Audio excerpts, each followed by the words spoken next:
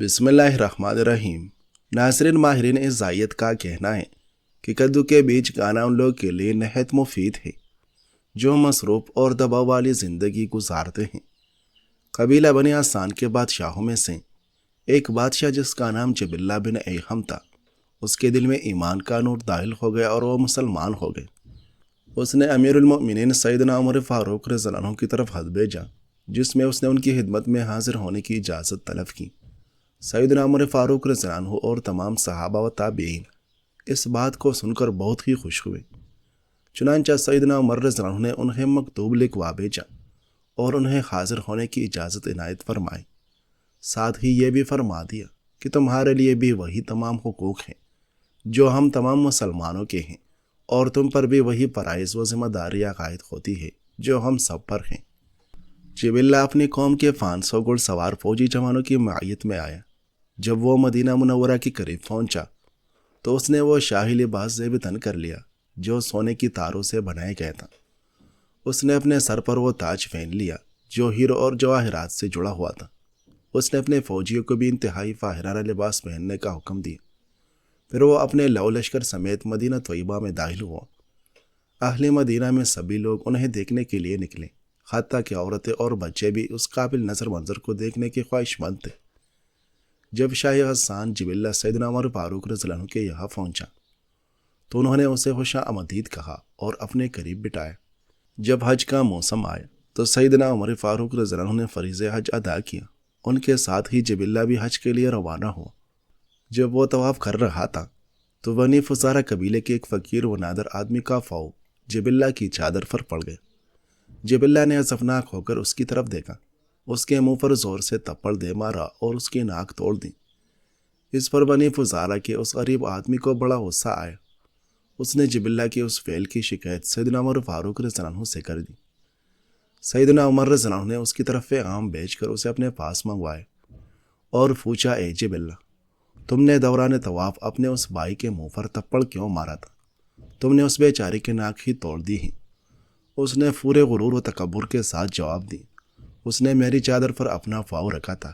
اگر مجھے بیت اللہ کی حرمت و تقدس کا فاس نہ ہوتا تو میں اس کی گردن اڑا دیتا۔ سیدنا عمر رضی اللہ عنہ نے فرمایا، اب جب کہ تم اس فعل کا اقرار و اقبال جرم کر چکے ہو، تمہیں دو کاموں میں سے ایک تو کرنا ہی ہوگا۔ چاہے تو اسے کسی بھی طرح راضی کر کے اسے دعوے سے دستار بردار کر لو، ورنہ تم سے قصاص و بدلہ لیا جائے گا اور یہ مسکین و نادر فزاری شخص تمہارے منہ پر تھپڑ مارے گا۔ جبلہ نے کہا، یہ مجھ سے بدلہ لے گا جبکہ میں بادشاہ اور یہ ایک سڑک چاپ و فقیر انسان ہے۔ سیدنا عمر فاروق رضی اللہ عنہ نے فرمایا، اے جبلہ، اسلام نے حقوق و فرائض میں تجھے اور اسے برابر کا حق دیا ہے۔ اگر کسی کو دوسرے پر کوئی فضیلت اور زیادہ مرتبہ حاصل ہے تو وہ صرف تقوی کی وجہ سے۔ جبلہ کہنے لگا، تب پھر میں نصرانی نے عیسائی ہو جاتا ہوں۔ سیدنا عمر فاروق رضی اللہ عنہ نے فرمایا، نبی صلی اللہ علیہ وسلم کا ارشاد ہے، جو شخص اپنا دین بدل لے اسے قتل کر دو۔ اگر تم نصرانی ہو جاؤ گے تو میں تمہاری گردن اڑا دوں گا۔ جبلہ نے کہا، اے امیر المؤمنین، مجھے کل تک سوچنے کی مہلت عنایت فرمائے۔ سیدنا عمر رضی اللہ عنہ نے فرمایا، جاؤ، تمہیں مہلت دی۔ جب رات ہوئی تو جبلہ اپنے ساتھیوں کے ساتھ مکہ مکرمہ سے بھاگ نکلا۔ وہ قسطنطنیہ جا پہنچا اور وہاں جا کر عیسائی ہو گیا۔ جب اسے وہاں رہتے ہوئے ایک زمانہ گزر گیا، لذتوں کا دور بیت گیا اور حسرتوں کا وقت آ گیا، تب اسے پھر سے اپنے مسلمان ہونے کے دن یاد آ گئے۔ اسے نماز اور روزے کی لذت ستانے لگی۔ وہ دین اسلام کو ترک کرنے پر بہت ہی نادم ہوا۔ اللہ رب العالمین کے ساتھ شرک کرنے پر پشیمان ہو کر رونے بیٹھ گیا اور ندامت کے ہاتھوں مغلوب ہو کر اس نے کچھ اشعار کہے جن میں اس نے اپنے مرتد ہو جانے پر شرمندگی کا اظہار کیا، مگر وہ عیسائی مذہب پر ہی اڑا رہا اور اسی حالت میں اسے موت آ گئی۔ پھر وہ کفر کی حالت میں ہی مر گیا، کیونکہ اس نے اللہ رب العالمین کی شریعت کے سامنے تذلیل و انکسار اختیار کرنے سے تکبر کیا تھا۔ ناظرین، حضرت ثعلبہ رضی اللہ عنہ آقا علیہ السلام کے ایک صحابی تھے۔ ایک روز آپ رضی اللہ عنہ ایک گلی سے گزر رہے تھے تو اس گلی میں کسی گھر کا دروازہ کھلا تھا۔ اس کھلے ہوئے دروازے سے آپ کی نظر اس گھر میں موجود کسی حرام شے پر پڑ گئی۔ اس نظر کو انہوں نے اپنی آنکھوں کا گناہ تصور کیا کہ ان کی آنکھوں سے گناہ سرزد ہو گئے۔ گناہ کے سرزد ہونے کے تصور سے وہ پریشان ہو گئے اور شرمندگی محسوس ہوئی۔ جب گھر پہنچے تو سکت نہ رہی اور زمین پر گر گئے اور خود سے کہنے لگے، اے ثعلبہ، جن نگاہوں سے تم چہرہ و ضحیٰ دیکھا کرتے تھے، آج ان آنکھوں سے حرام دیکھ لیا۔ یہ سوچ کر ان پر اس قدر رقت طاری ہو گئی کہ وہ آقا علیہ السلام کی بارگاہ میں جانے سے کترانے لگے کہ اے ثعلبہ، کس وجود سے نبی کریم صلی اللہ علیہ وسلم کے پاس جاؤ گی؟ کن نگاہوں سے نبی کریم صلی اللہ علیہ وسلم کو دیکھو گی؟ ان پر یہ کیفیت اتنی بھاری ہو گئی کہ انہوں نے شہر مدینہ چھوڑ دیا، کیونکہ وہ سمجھتے تھے کہ اب وہ نبی کریم صلی اللہ علیہ وسلم کے شہر مدینہ میں رہنے کے قابل نہیں رہے۔ شہر مدینہ سے دور پہاڑوں کے درمیان کسی غار میں حضرت ثعلبہ رضی اللہ عنہ چھپ گئے اور اسی حالت میں 10 دن گزر گئے۔ نبی کریم صلی اللہ علیہ وسلم نے پوچھا کہ ثعلبہ رضی اللہ عنہ کہاں ہیں؟ کئی دنوں سے نظر نہیں آیا۔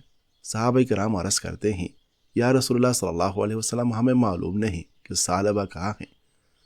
اتنے میں اللہ رب العزت نے جبرائیل امین علیہ السلام کو بھیج دیا کہ جاؤ میرے محبوب کو بتاؤ کہ ثعلبہ کہاں ہیں۔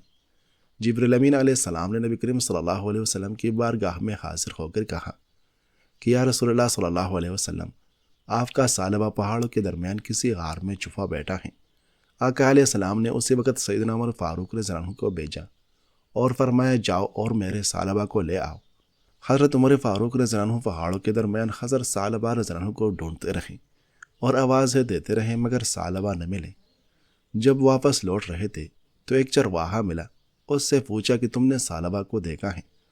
وہ کہتا ہے کہ حضرت، مجھے تو یہ نہیں پتا کہ وہ کہاں ہے، مگر یہ ضرور جانتا ہوں کہ جب رات ڈلتی ہے تو 2 پہاڑوں کے درمیان ایک غار میں سے ایک سوز اور آہ بکا والی آواز پوری وادی میں گونج جاتی ہے اور کوئی تڑپ کر رو رہا ہے۔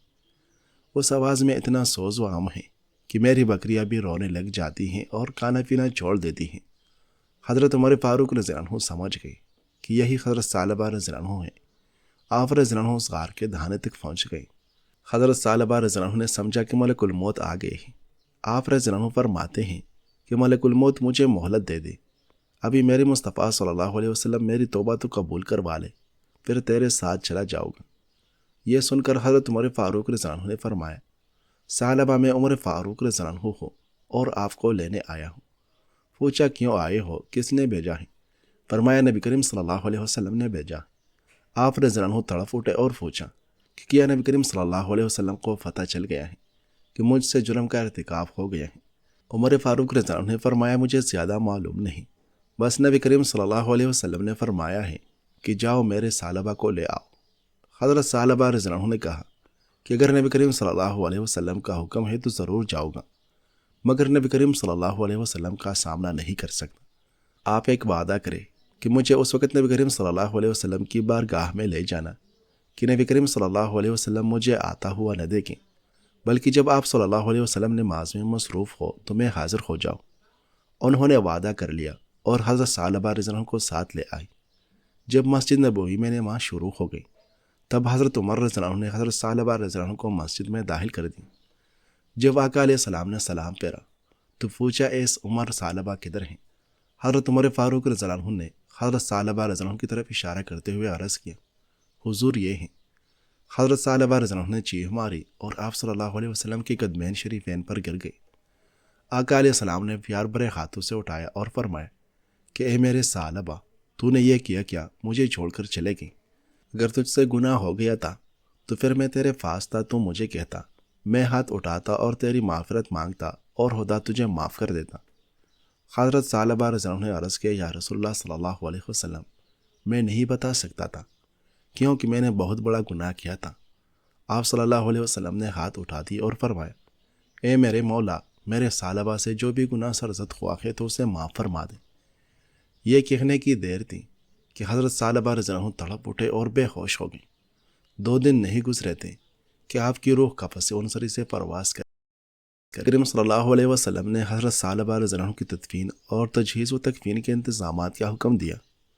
جب حضرت ثعلبہ رضی اللہ عنہ کو لحد میں اتارنے کا وقت آیا تو اس وقت آقا علیہ السلام تشریف لے آئے۔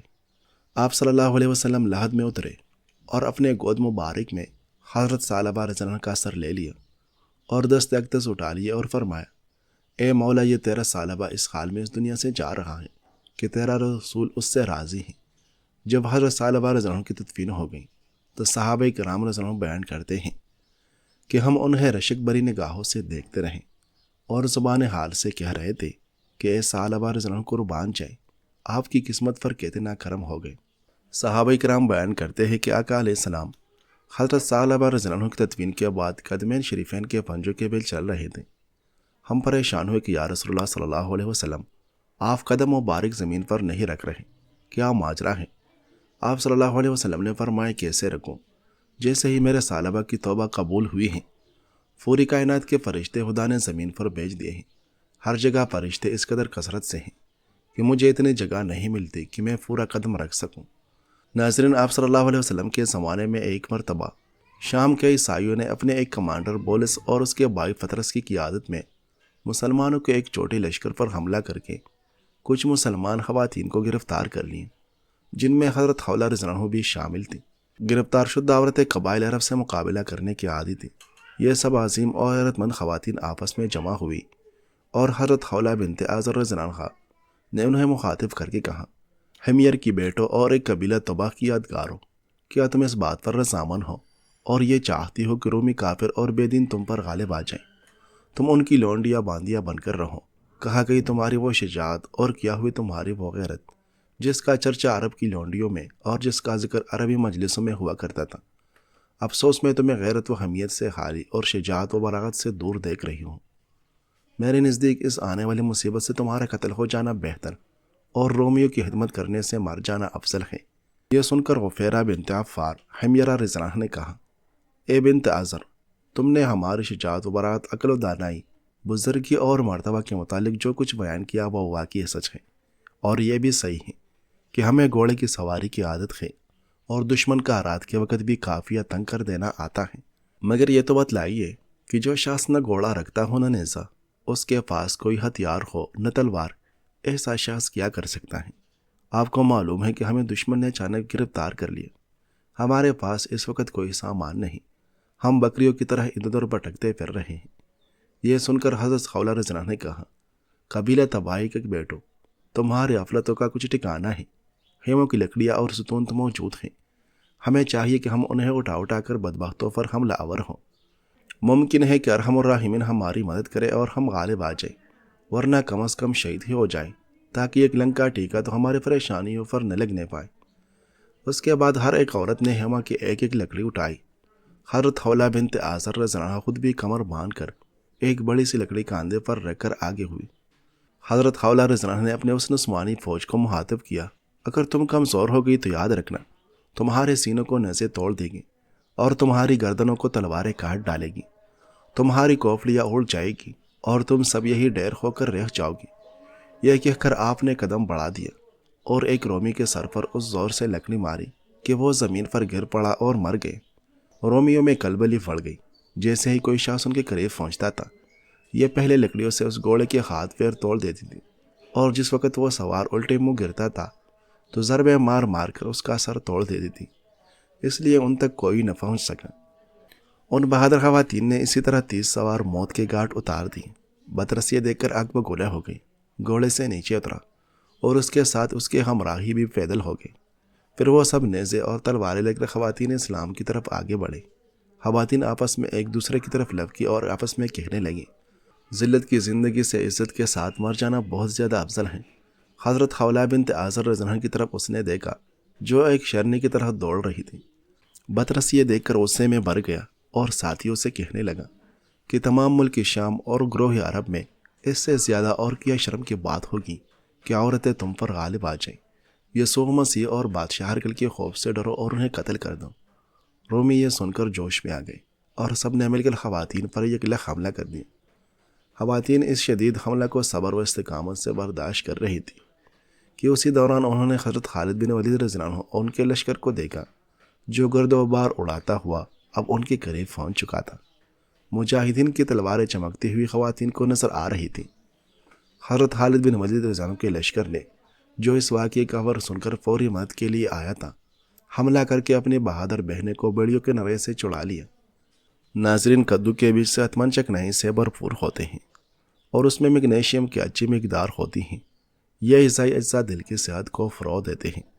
کدو کے بیج میں موجود صحت مند چکنائی خراب کولیسٹرول کو کنٹرول کرنے میں بہت مددگار ہیں، خراب کولیسٹرول کی زیادہ مقدار عام طور پر ہارٹ اٹیک اور فالج کا خطرہ بڑھاتی ہیں۔ کدو کے بیج کھانے سے خراب کولیسٹرول کی سطح کم ہوتی ہے اور خون کی گردش بہتر ہوتی ہے۔ بار بار پیشاب آنے کا مسئلہ نہیں ہو۔ کدو کے بیج میں موجود میگنیشیم بلڈ پریشر کو کنٹرول کرنے میں بھی مدد کرتا ہے۔ دل کی بیماری کے خطرے کو مزید کم کرتا ہے۔